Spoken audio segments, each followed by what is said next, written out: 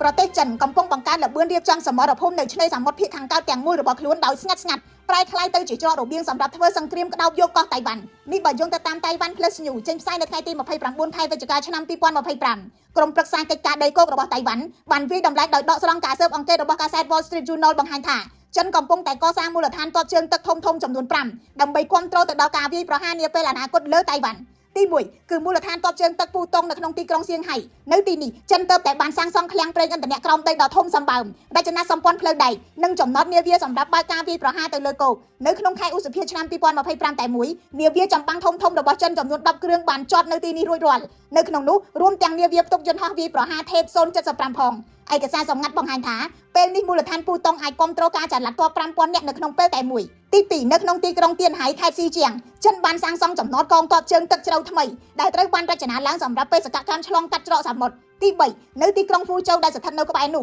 រូបភាពផ្កាយរណបបង្ហាញពីការពង្រីកផ្លូវរត់នៅអាកាសយានដ្ឋានអន្តរជាតិឆាងហ្គលសម្រាប់យន្តហោះដឹកជញ្ជូនយន្តហោះចាក់ប្រេងនិងការផ្ទេរភស្តុភារបានយ៉ាងឆាប់រហ័សអ្វីដែលគួរឲ្យព្រួយបារម្ភបំផុតសម្រាប់កោះតៃវ៉ាន់គឺការពង្រីកមូលដ្ឋានយោធាទៅលើកោះតាតឹងនៃទីក្រុងសៀមិនដែលស្ថិតនៅចម្ងាយមិនដល់4គីឡូម៉ែត្រផងទេពីកោះតៃវ៉ាន់ពីមូលដ្ឋាននេះចិនអាចប្រើពេលតែ4នាទីប៉ុណ្ណោះបាញ់មីស៊ីលអន្តរជាតិ DF-11 ឬក៏ DF-15 វាយចូលទីក្រុងតៃប៉េតែម្ដងនៅកោះពីងតានវិញចិនបានពង្រីកចំណតឧទ្ធម្ភាគចក្រនិងកន្លែងថែទាំជួសជុលយានចម្បាំងនៅច្រកសមុទ្រចិនមិនទាន់ឆ្លើយតបទៅលើឯកសារសម្ងាត់ដែលបែកធ្លាយនេះទេទោះយ៉ាងណាតៃវ៉ាន់កំពុងតែបង្កើនពន្លឿនការដាក់ពង្រីកមីស៊ីលចល័តទ័ពបំរុងនិងបានអនុម័តថវិកាការពារជាតិបន្ថែមចំនួន $4800 លានអាមេរិកដើម្បីបង្កើនស្តុកអាវុធនិងផលិតមីស៊ីលនៅក្នុងស្រុក